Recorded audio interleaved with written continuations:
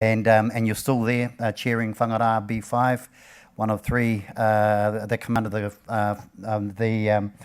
the farming group and Whangara farming group. And so without further ado, Ingrid Collins.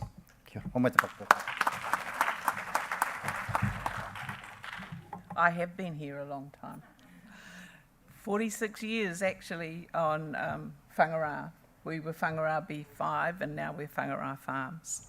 So tēnā koutou, tēnā koutou, tēnā koutou. I was told that we'd be sitting on the couch answering questions, Tina, so I'll shake hands with your throat when I've finished. So what you can see on there is a little bit about our story as Whangara Farms. And the question that I thought we were going to be sitting on the couch answering was, how did we get through COVID? And it was a shock, and as we know, to this whole country. I also work in a medical centre that we had to, I had to go home because I'm over 70. And so I was working from home, which was really, really difficult. And it was just trying to keep an eye on both of those essential services. At home, with the neighbour's dog for company, was quite a long haul. However, we survived.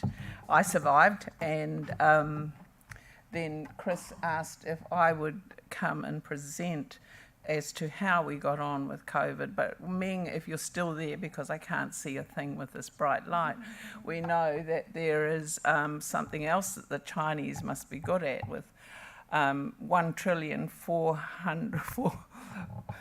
billion people. They must be good at something else, I'm quite sure. It's like how we breed our cows and our sheep. Oh, I didn't mean it like... I'm sorry, I didn't mean it like that. I meant that we have 75,000 stock units on our farm. and so, no, I didn't mean it like that, Ming. Get on with what you're talking about, Ingrid. Talking about the land, yes, you're right, Ming. We have just bought another property down at Mahanga, at Mahia. We're hoping that one day, we looked at it as a finishing farm. It's a rundown dairy farm, and it came right at the time of COVID. We were meant to close off that deal in February, and we couldn't, because we couldn't get our manager onto there, we couldn't get the stock down there, and we didn't want to leave it. So we asked for leniency with the vendor to let us, we were held back by 2 months. So it was a bit of a shock, except we kept the money in the bank. We didn't have to let the money go for another 2 months, so we were able to survive. But when you think of that, and you think of how it affected the world, I will say, Laura, that one thing about Silver Ferns was that they were able to get, for some reason, they were able to get the lamb legs away for Easter over to Britain, and so that was a big thing. But for us, working through that, we have 9,600 hectares now, and we've got 19 staff on that farm. So it's a busy farm, but having COVID, and if you all know what farming is like, we had to have our boys work in pods. And that was really quite hard, because it's usually a meeting every morning. This is what you're going to do. They couldn't do that, so it was all done through telephoning and things like that.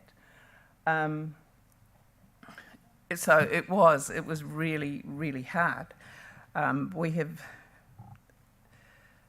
come through this pretty much taken a little backward step, I think. And I think for the whole of New Zealand, farming is something that we have all this pressure put on us to be green, and we try very hard to do that. We've spent thousands, but what gets me is that all these what do you call them? Like you apply for money, and grants. We never seem to get anything really very much. Well, we don't get anything, as a matter of fact. Somebody came back from MPI and said, who is this Ingrid and what's her other name? I was born near Ingrid, but when I went to primary school, the teacher said, what do you want to be called, Nia or Ingrid? And I went, my name is Cookie, I don't know. So I didn't know, so she liked Ingrid and it stuck with me.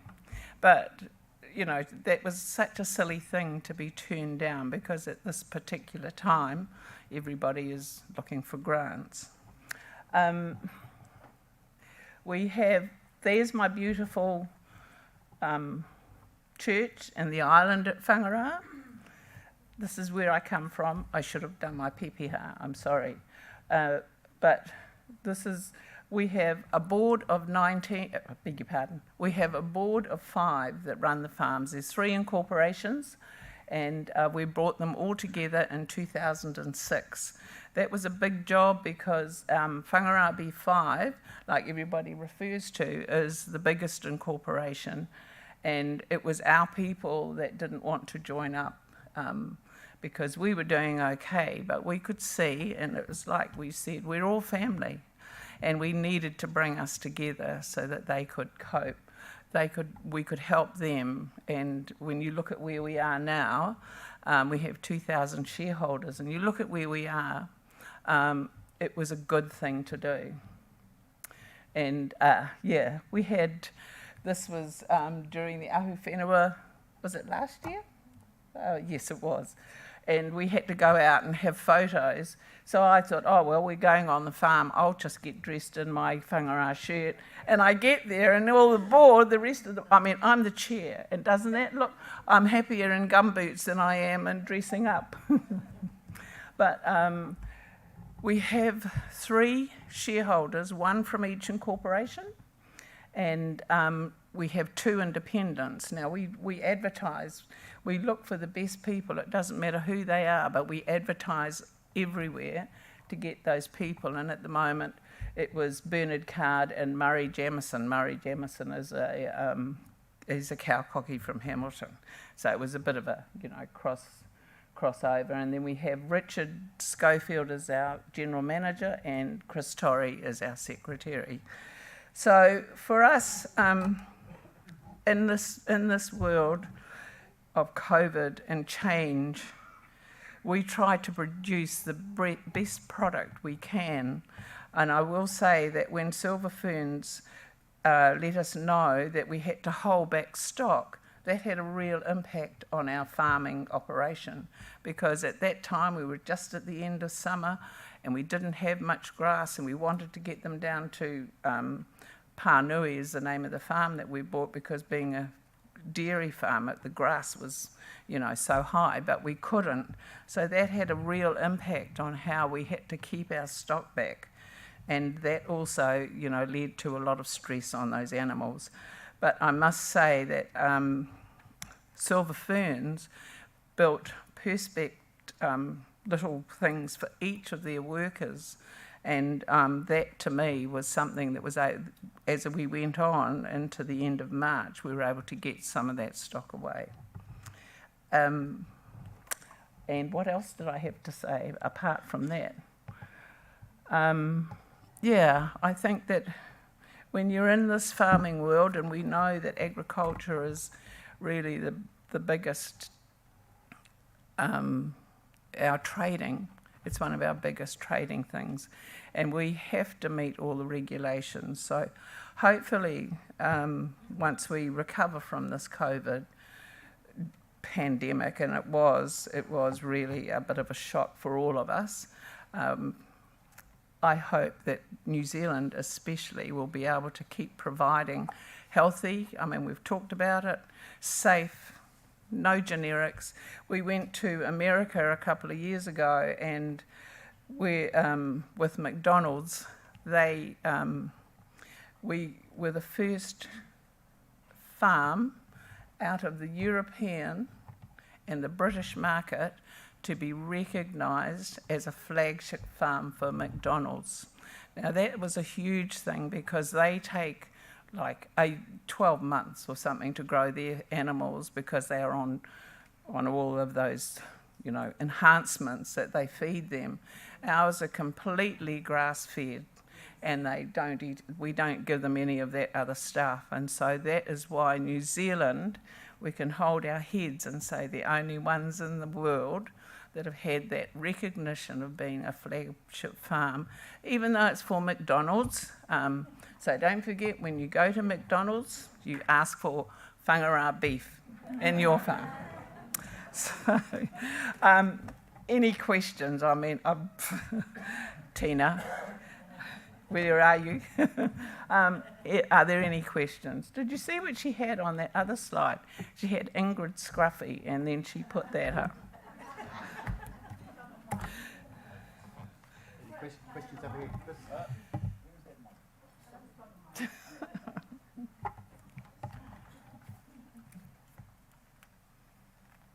Mrs. Collins.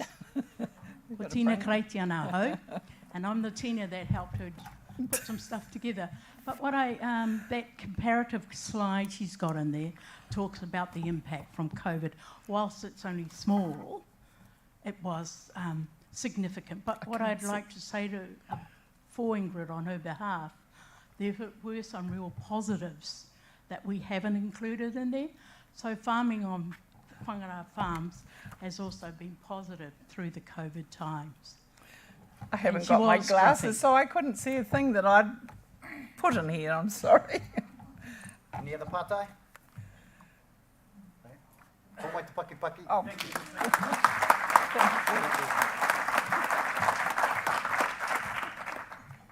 Our next speaker in this session is part of a duo that produced this wonderful document on intellectual property management, geographical indicators, that's been under review and been handed to the Minister, Nanaia Mahuta, and her cohorts to be considered in the context of trade.